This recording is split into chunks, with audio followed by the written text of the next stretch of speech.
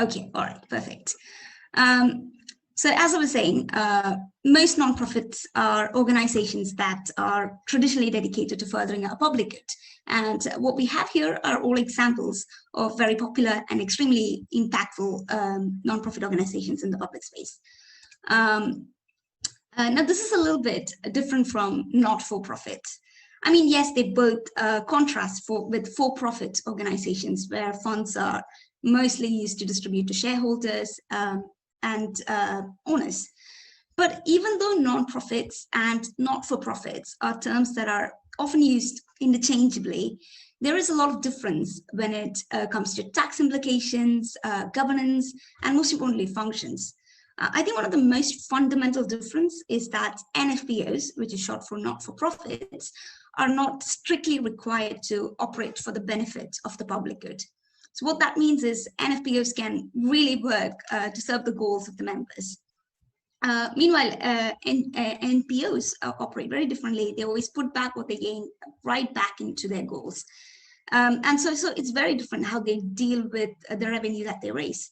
Non-profit organizations usually return any extra income back into the organization to further the goal, while not-for-profits will use any surplus to usually pay the members who work for them.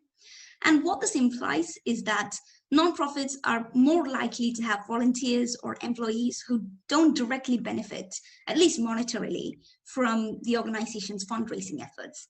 And that's a very important distinction to make when you venture into this field. You don't want to get both of these confused because they are inherently different in terms of their operation.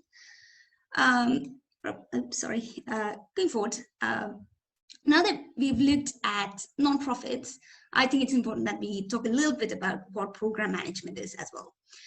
So some of you might already be project managers or involved in program management or aspiring to be involved. And in the simplest of terms, we can understand a program as really a collection of projects like fundraising events, marketing campaigns, research, etc. So any NPO at a time would be undertaking many of these different projects, which all will fall under the category of a particular program. And the goal of the program is really to make sure that these projects are complementary and that they all come together to really achieve the organizational strategy and the ambitions of the NPO. Right. So now let's look at some key features of nonprofits. And these are, I've quickly summarized 3 key features that I think are very, very important to the way NPOs work.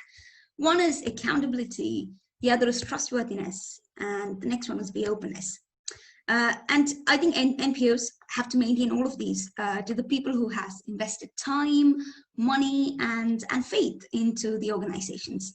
And NPOs have to maintain all these features in order to be considered legitimate by donors, founders, volunteers, and even the beneficiary that the NPO aims to help out.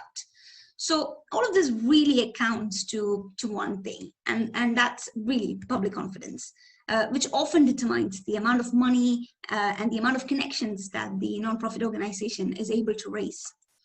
And the more nonprofits focus on their mission and stick to the public confidence, stick to these features, the more likely that they will boost their public confidence. Now, all this is, well and fine, but you and I both kind of know that it's important to move beyond these mere platitudes if we want to address the real issues within the sector that's preventing NPOs from expanding, even if they commit to all these qualities. And so if we look specifically at that, I want to describe something that I call the Catch22 situation. So more briefly, Catch22 is a situation where you have a circumstance that's extremely paradoxical, where we have 2 actions that you take that are mutually contradictory. And for years, this is something that has plagued the NPO industry. Now, there has been this paradoxical dilemma within the sector, and almost all NPOs constantly encounter is the initial stages of a project where you have the project startup where the design and the planning work, it cannot be charged the budget until after the fund to support it exists. But at the same time, the design and the planning will have to occur in advance of gaining the budget if you want to even apply it for a grant. So many of the projects are really in this conundrum where they have a lot of things, the initial stages that they have to work through without funding. And at the same time, you can't apply for funding if you don't go through those steps in the beginning. So that kind of creates a paradoxical loop. And this really affects smaller nonprofits where staff resources are limited, and they end up becoming frequently underpaid and seriously sort of stretched in terms of their time and their resources. So one of the big issues that NPOs face today is this Catch22 issue, where startups and smaller NGOs and NPOs specifically suffer from it. So some of the challenges, I mean, I've briefly sort of identified the challenges here. So many of the challenges faced by NPO today ranging from government regulations and tax reforms to fundraising concerns. There are a lot of issues that NPOs face today. But for the purpose of this talk and to kind of let you know what's coming, I will be focusing on and really zeroing in on these 3 or 4 specific challenges. So there are, revenue and fundraising concerns, staffing and volunteer challenges, lack of business management skills, and difficulty in translating mission to impact. And the reason that I chose to talk about these 4 is because it's very endemic and it's very prevalent regardless of where the NPO is located. So it's not usually driven by contextual factors. It just happens to be there for most NPOs. And that's why it's mostly because of the prevalence that I decided to focus on them. So what's going to happen is we will go over these and try to identify some possible mitigations. But before that, we need to talk about why there is a crisis to begin with. And let's start out by listing some common constraints that NPOs should watch out for. And these usually include scope. Now this is very important and often the step where many NPOs go wrong. They either define a scope that's too broad and beyond their capacity to handle, or a scope that is so narrow that they struggle to really generate any interest. So you need to sort of strike that sweet balance between these to make sure that the scope is manageable. And the next is time, which is again closely related to scope. So NPOs will have to set achievable targets and meet deadlines and ensure that the deliverables are really met in the time that's specified, because that's really going to matter in the relationships that the NPO will build in its lifespan. If you want to claim your legitimacy, you need to make sure that your deadlines are met, and you cannot compromise on that. And that connects me to the next very important thing, which is quality. And I'm sure I don't have to say much about this, but the content of the deliverables have to prioritize quality, which can really trigger innovation and further engagement. It takes quality actions to set a particular modus operandi, if I can use that term, for a team. So it's not just mere words or rhetoric. You really need to have quality action on ground, and the team will have to commit to that fact. Okay, and the last is both an overlooked factor and an extremely prevalent constraint, which is lack of resources. Often the amount of money, budget or resource that's available for spending on the project is really limited. Many programs don't kick off or end up having to stop midway because the resources or the sources that they thought they would have in the initial stages dried up. So I think these are kind of the 4 factors that I could talk about that are overlooked and that contribute to the most amount of issues within the NPOs.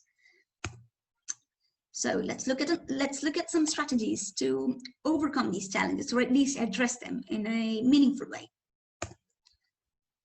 So I want to talk about funding first, because I feel like that's the most important issue at hand.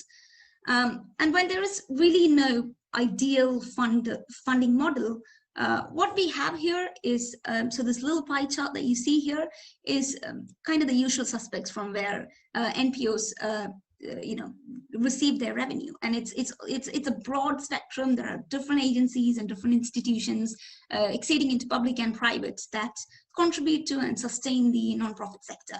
And so it comes from a wide range of things. And I think you need to understand that NPOs are not usually getting their money, at least high impact NPOs are not relying on just one source to get their revenue. They're usually diversifying and trying to reach out to different funders to get their revenue. And this is very important because there's government grants, private contributions, there are so many different options.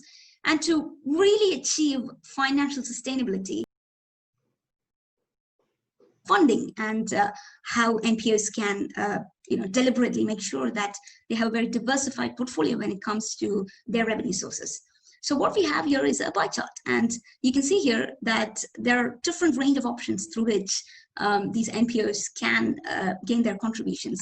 And this wide range is very important to understand, just because what we see is that the really high impact NPOs, they don't stick to just one source or a two source, but they usually choose to diversify their revenue portfolio. And in general, this is a rule of thumb, of course, but try not to receive more than 30% of your funding from any one source. So if you lose out on a potential funding source, you'll only be losing out at most, 30% of your revenue, which is still something that you can survive with some proper restructuring. And so not being too dependent on any one source is extremely important if you want to take into account the lifespan of the projects that the NPO is doing. And you can, again, as I was saying, aside from diversifying your portfolio, you can see that there are a lot of revenue sources here from, and particularly the biggest chunk is coming from private sources. And that really links to my next point, which is all about making markets work. So all high impact nonprofits have one thing in common. They've learned to tap into the power of the law of economics. It's clear that we can no longer rely on traditional methods of charity and pure altruism to advance in a space that's extremely crowded. It's an overly crowded sector in the NPO area. So just falling back and relying on donations and contributions alone is not going to work. You have to be proactive and you have to be intentional in your action, in going out there and making it work for you. Now, I'm not saying that NPOs should behave like businesses, but what they have to find are really ways to make the market work, and that can happen if they partner with companies. So the motto should be, you want to do good, but while you're doing well. If you want to remain in the space, you need to essentially have your back. And this kind of ties into my earlier point, why we are seeing this the lines between non-profit organizations and not-for-profit organizations blur over time. It's because both sectors have now ventured into making the markets work. I know I'm saying markets work, make markets work, but let's really look what that means in practice. What I have here is a very interesting case that kind of gives a very good example of what this means. There was an NPO, there is an NPO, sorry, apologies, called Environmental Defense, which is one of the first nonprofits to realize the power of harnessing market forces for social change. Now, Environmental Defense, it's a New York-based NPO that was founded in the late 1960s by a group of scientists. And what they really wanted to do was ban the DDT. And the DDT at the time was a very prevalent but an extremely harmful pesticide that was used in food, that was used in very many industries. And the one aim of this environmental defense was to lobby to create a ban on DDT. And when they realized that their traditional routes were not really working, what they really learned to do over time is to take a radical approach to work directly with the corporations. So they went ahead and started working directly with the sector where they wanted their reach to end in, right? So they started directly working with corporations to change their business processes and become more sustainable. And you might hold the same view as some of the critics of environmental defense held back in the day. The other green groups criticized environmental defense for, selling out at the time. And the non-profits, but what made the environmental defense peculiar cases because it actually worked for them, this supposed selling out. They worked with McDonald's in the 1980s, and they succeeded in making fast food packaging more environmentally sound. And since then, environmental defense has become an NPO that's worked with hundreds of companies, from FedEx to Walmart, often really scaling its innovation and to really becoming a leader in the industry in terms of putting out very innovative practices. And all that was really made possible. I mean, all their impact came from them taking that one step in the right direction, which was in terms of making corporations with businesses happen. So that's, I suppose, one potential example of how to make markets work for you. Okay, now this is fairly obvious, which is making your vision and mission really donor-centric. So the truly successful nonprofits are extremely donor-centric. They understand that donors are more than their wallets. They are people. And until a nonprofit truly understands that its donors are a key part of the mission, it'll always be hindered in its work. Successful nonprofits show their donors how their contributions made a difference in the world. So they keep their donors informed on the progress they make, and they explain in really tangible and really measurable terms what their donations help the NPO accomplish. And this is a step that I cannot stress enough. This is often overlooked, but when you're given a donation, the donors are really expecting to see where their money went and what it went towards. And being able to document that and being able to show that is extremely important for your legitimacy and for continuing and sustaining your relationship with donors. And what do I mean by measurable terms? And this is where documentation becomes very, very important.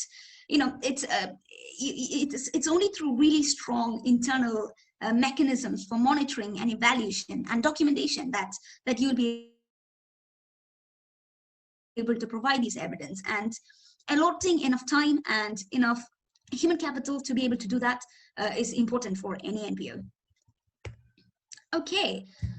Now, being a program manager is a kind of, I guess it's a very specific kind of leadership position, and it requires certain character traits and important qualities.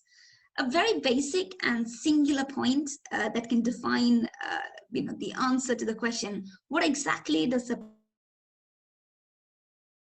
program manager do? I can say that what they do is they deliver projects within a deadline and a budget that is absolutely concrete and that's set by the clients, by the industry. But the idea is that they work, a project manager is somebody who essentially works within limits. And an effective project leader is often someone who can set the tone of the project and provide a clear vision about its objectives for the team. And you should be able to, if you're a project manager, you should be able to articulate or communicate with people at all different levels about the different responsibilities, goals, performance, expectations, and even feedback that's really necessary for advancing that vision and pushing these projects forward.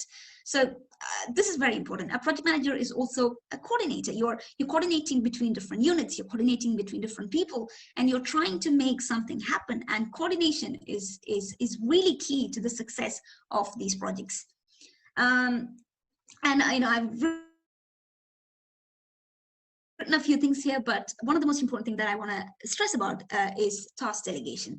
It's a very basic skill, but it becomes very, very important to the success of NPOs. Being able to effectively judge your team members' skills and assign tasks in accordance with their skill, that goes a long way in terms of team building. And it really makes these tasks really resource efficient and effective. But this is easier said than done. I have all these different adjectives here, and I'm saying you need this, you need that, but it's extremely difficult to find someone with all these different skills. It's very, very hard. In fact, I'm going to show you a data that I picked up. So what we have here is the growth report from the Project Management Institute. And what we can see is a significant demand for project management workers. And this is an expected growth by the year 2027. And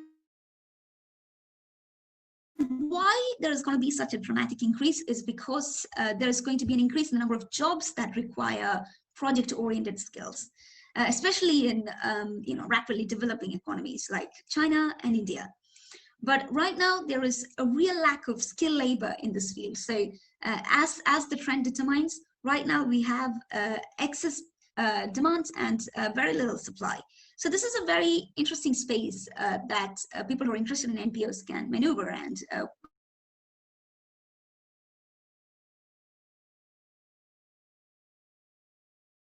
experiences and skills that you should seek out if you want to become an efficient program manager and maybe enter into the sector.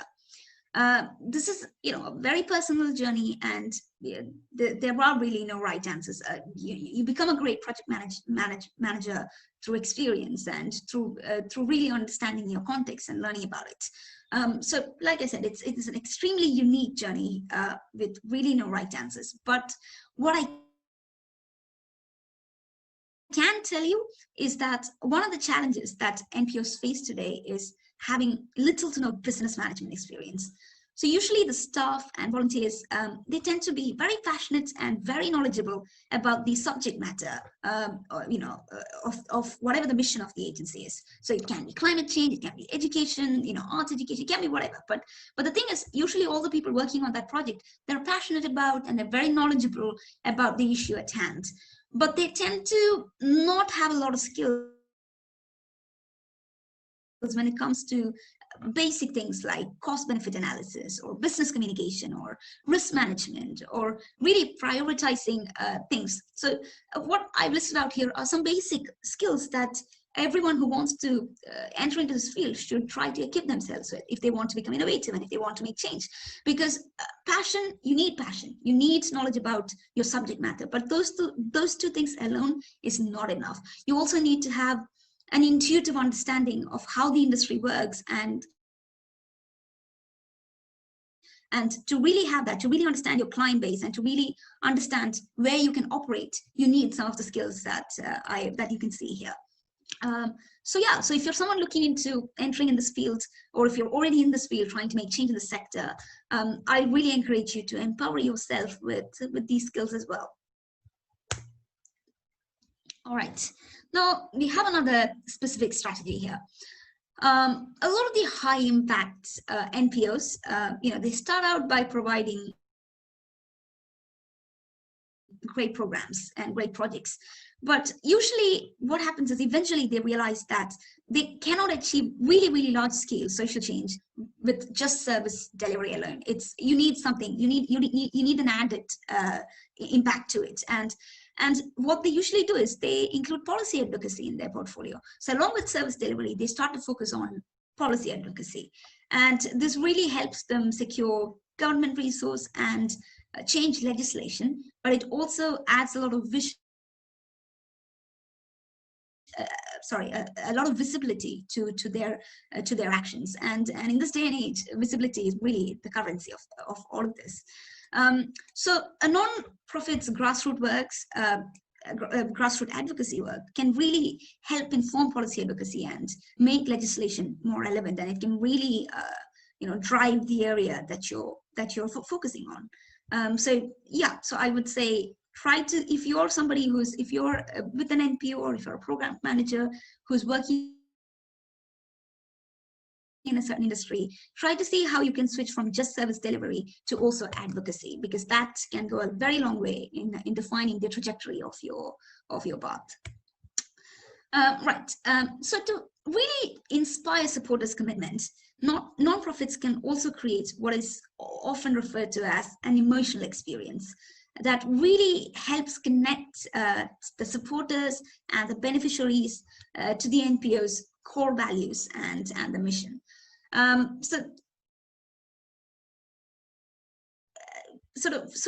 framing your mission as an experience really helps convert outsiders, especially if you're working in areas where there's a lot of bipartisanship and there's a lot of divisive rhetoric going on. So if you're working in the climate change industry, I would say this is extremely important if you want to reach out to the deniers, if there is a gap that you want to bridge, if there are people who are outsiders to what you do, then framing your mission as an experience, as an emotional experiment becomes very important. And you know, it can, so if you gain some outside supporters, it can in turn, you know, allow them to recruit other people who can then join your mission again. And you know, it's really viral marketing at its finest. And high impact nonprofits will, you know, nurture and try to sustain all these communities of supporters that it's built over time, and really recognize that they're not just means, but they are ends in themselves. Like this is the end result, right? What ultimately you want to do is you want to reach out and bridge a gap, and that's what the emotional experience strategies try to do. So what do we really mean by an emotional experience? It's a very confusing term with really you know, a vague sense of meaning. So I want to talk specifically about Habitat for Humanity, which is you know, very popular and extremely, I would even say a leader in its industry, and it's an NPO. So what we have here is President Jimmy Carter, who was a former US president, and so he was associated with Habitat for Humanity.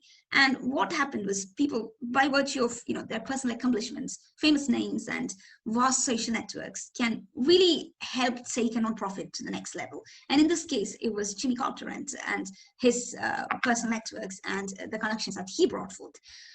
So sometimes it's getting that one big break that can really sort of give you multiplier effect and help your help your industry, help your organization grow. So yeah, by serving on the board and becoming a spokesperson for Habitat for Humanity, Carter really helped propel it from what was initially a very small grassroots nonprofit to the global force that it has become today. So targeting important, I'm not saying target important people, I'm saying target people who care about your goal, who are also important. So trying to do that can have ripple effects, and it can really lead to change, as we see in the case of Habitat for Humanity. And finally, build networks of nonprofits. There's this general understanding that the other NPOs that work in your space are your competition or your rival. But in reality, you should understand that they are your ally in this fight. You're both fighting for the same thing. And they're also, you know, devoting remarkable amount of time and energy in making advancements in a field that you care about as well. So if they are, you know, so if you're a smaller NPO and if, you know, whoever else is in the field is more established, don't try to take them out. You're not trying to sustain a monopoly in the industry. That is not the goal here. The goal should essentially be to look for ways where you can form partnerships. And I would say be proactive about it. Try to reach out to other agencies in the industry. You can always say, hey, I'm doing this, my organization is doing this, or I'm a project manager who's trying to do this, and I'm really interested in what you've done. And what usually happens is these kind of intentional you know, efforts to reach out can you know better establish a very concrete system where you can share your talents, your expertise, and even power with each other. And that's important because you may have certain traits, certain networks, and certain connections, and your and the other NPO might also have certain very unique skills that they can bring to the table. So collaboration will always result in a better goal, better achievement of the goal that both the NPOs are striving for. Now, it wouldn't be fair to end this discussion without talking about the very specific impacts of COVID-19 on the functioning of NPOs. So what we have here is a non-profit revenue change that's happened during COVID-19. I'm going to pause here for a little bit so that I know this is a rather big graph. So maybe you can take a look at it for a second before I go on to explain what it is. I mean, it's fairly evident. It's pretty self-explanatory. Yep, so let's pause for a second so that I give you time to look through it.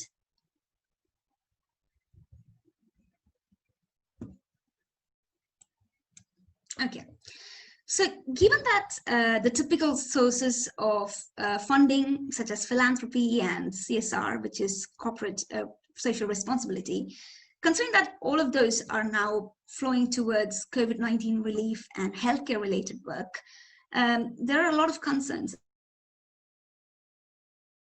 among nonprofits regarding the long-term sustainability of their programs and their organizations.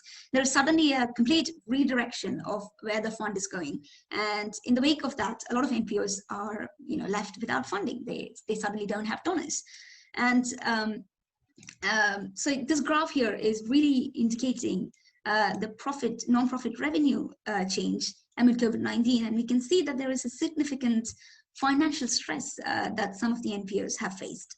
And this is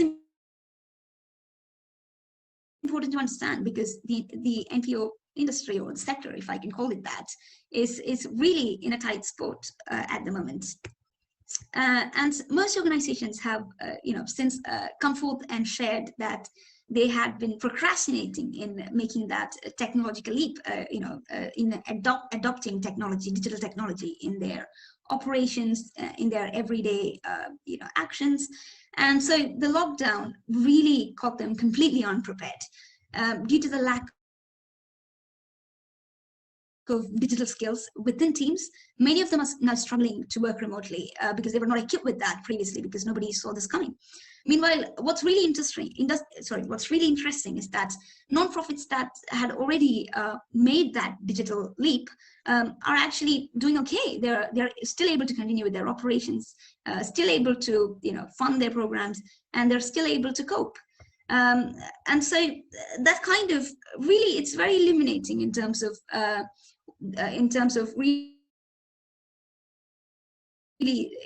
defining the fact that digital technology is the future for this industry. Many nonprofits have also had to suspend their on-ground programs temporarily and in some cases permanently because of this pivot to relief work. And others, a lot of fear that this disruption is going to undo years and years of efforts and progress, and it's really worsened by this funding setback. And this is, I'm sharing all this because if you're somebody who's interested in getting into the industry, you need to know what's happening in the industry, and particularly the challenges that the industry is facing at the moment. So having shared all this, I think it's important that we also try to talk a little bit about what can nonprofits do in this circumstance, in this extremely limiting circumstance where they don't have enough funding, where they might not have made that step to a digital revolution. So these nonprofits, are they going to die? So a few things that we can keep in mind for sustainability are: one, if you're an NPO in this tight spot, then communicate with funders on current requirements and implications for medium and long term. So really always keep your donors in loop, constantly continue talking with them, never stop conversations, because once a conversation is over, it's very hard to resume. Next, as we've already seen, diversify funding sources. If you haven't already done that, then try to do that after the COVID at least, because and seek long-term support to reduce risks that come with short-term project-based funding. So do that, but also try to diversify where your funding is coming from. And the next thing is prepare and plan for a post-COVID-19 world. So this includes creating updated strategies and operational priorities that are in line with the new normal. We are entering into a very unprecedented new normal, and understanding what that entails for you and your NPO is very, very important. important. You need to already start thinking about these things. How are you going to operate the new normal? What does that really mean for you? And what does that really mean for your goal? So start asking yourself those questions and start formulating some ideas of where you want to go next. And the next thing would be strengthen the network of nonprofit leaders to leverage partnership and build a cohesive voice to advocate for effective support from governments. I've already touched on this a little bit. So partnership is extremely important, whether it's with other NPOs, whether it's with the business side. Partnership is the key in making these things work. So try to build those connections and really dig at it and keep going at it. Another thing, and this is the last thing I want to touch on, is the use of social media to really build and strengthen the narrative around the positive impact of nonprofits on society. A lot of people still don't know what nonprofits are. They confuse it with NGOs, they confuse it with NFPOs. And if you are somebody who's working for an NPO, I think you have an obligation and you have a responsibility to make people understand the impact of NPOs and why they really matter in today's societies, which is extremely market driven, which is driven by self-interest, where states are rolling back and there's a cutback on welfare, and there's very little that the general public can rely on except NPOs. So really articulating the kind of unique space that NPOs occupy in our society and letting the world know how important the functioning of NPOs are, I think that's very key. So there is a little bit of advocacy involved here, trying to make people understand the impact of your NPO through a very personalized narrative is important, and no better way to share your story than through social media. So share your story with your society, with your immediate local context, and connect it with funders and partners. And finally, don't underestimate the power of youth such as ourselves. We are leading an online revolution to digitize service delivery. And we're trying to not exclude marginalized communities. And youth are at the forefront of all of this. Youth are more likely to feel the indignation of all of these inequalities. So I think it doesn't matter which area you focus on, I'm fairly certain youth will come forward and support if you can target that demographic. So yes, I want to leave you with that. That's the end of our presentation, and I might not have answers to all the questions, all the doubts that's probably going to come up because I'm also navigating this field. It's a very difficult circumstance to be in, but I'll try to answer all your questions with honesty. So I'm going to stop sharing my screen.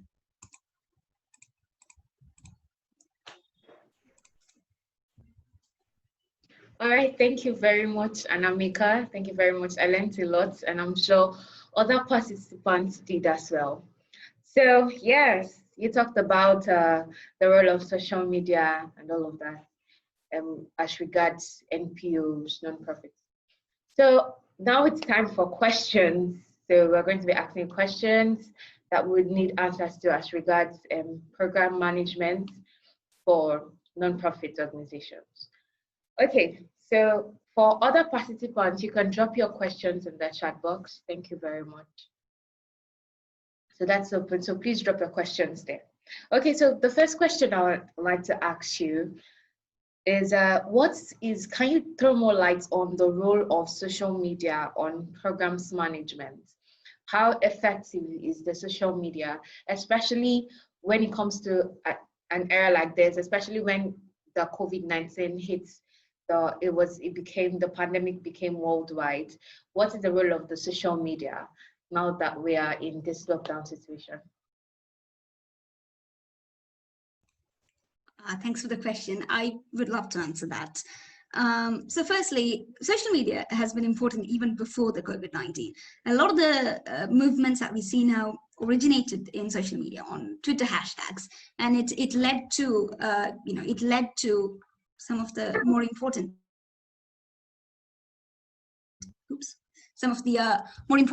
movements like Me Too. And with COVID-19 specifically, I'm saying that social media is important because it really helps form certain networks and connections that you might otherwise not be able to. I'm right now here on Zoom talking to people who are far away from me, and that connection is made possible because you have to understand that yes, we exist physically in the world, but we also have a dimension, and we also exist in the virtual space. And it would be futile to not make use of that existence, and to not make, and to really to make your voice heard in that area, in that space. And so yes, so going back to your question specifically, they're important in building networks and in building connections that you might not otherwise physically be able to do, whether it's because of constraints caused by COVID-19 or even before that. Even before COVID-19, this has been incredibly important. And the second thing is that with COVID-19, a lot of the youth have started spending more time on social networks. Not just the youth, most people have. So this is kind of bringing a concentrated attention onto the space, and so again there is added incentive to make use of that space. So it's really about getting traction for your project and making your voice heard. I hope that answers your question.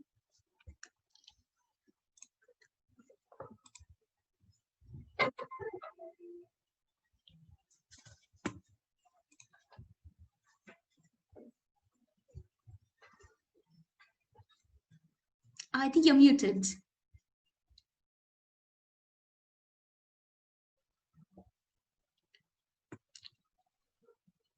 Okay, can you hear me now? Apologies for that. Okay, so this question is from Insen Mpama. Says that as a startup NPO, how can we build relationships with potential donors? Very important question. Now, this is something that I don't have a straightforward answer to. What I can give are general advice, but I think it really comes down to sitting down and zeroing in on, firstly, who are the potential donors. Don't think of Bill and Melinda Gates or the big donors. Try to think of those donors who are in your locality, who really care about your cause, especially if it's a cause that's affecting your.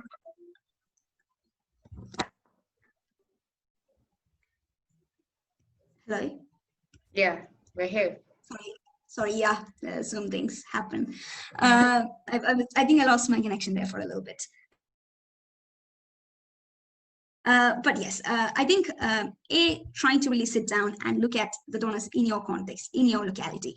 There's always this aspiration to want to be built, and that's ambitious, and that's what you need. But at the same time, you need to start somewhere. And I think where you need to start is in your locality, in your context, because they're the kind of donors who will be more likely to care at first. And you can incrementally grow and then start thinking of the big potential donors. As for how do you go about making that relationship, initiate. It's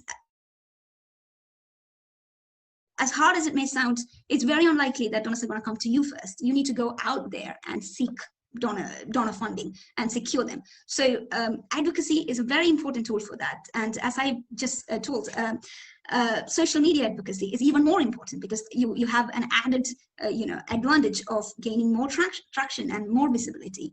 Yeah. So initiate and try to initiate on the social space as well, on the social media space as well. So yeah, and find the donors who have the same interest. Don't think of donors who are doing a lot of a broad range of things. Try to find donors who are doing the specific things that you're doing, so that you can really say that, see, I'm very unique, I'm doing this, and so are you. So it's really to build connection and to build relationship is to find that potential commonality that's very unique to you both. So I think you need to start there. Okay, thank you very much. Thank you for that. Okay, so one last question. So how can you manage team members for effective project planning and implementation? I'd just like you to throw more light on that.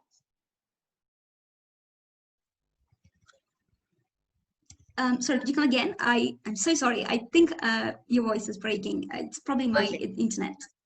Okay, so I'll take that again. So how can you manage team members for effective project planning and implementation?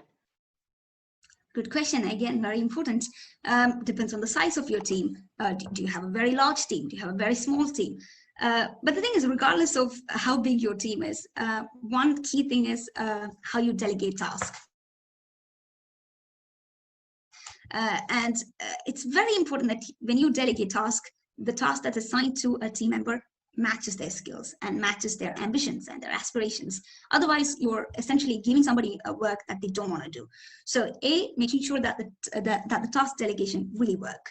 And the next thing is that making sure that all of you share the same passion for the goal, and that you're all sensitive about the goal, and that you all have a shared vision about the goal. It doesn't help if all of you have fractured ideas of where this is going. So it's very important at least once every week to have a team meeting where you come together, discuss your agenda, share notes, and then also talk about where you're going next. It doesn't have to be where you're going in the next 10 years. It can just be, where are we going in the next week? It can be something as small as that. It can even be, what are we doing tomorrow? Start with small steps, but really communicate and share your idea of what's happening. And I think that goes a long way in building teamwork. All right, thank you very much. Thank you very much, Anamika. I personally learned a lot, and I'm sure we all did. So today, I believe that I can say I have a fair knowledge of what it is about project management as it regards to non-profit organization. So thank you.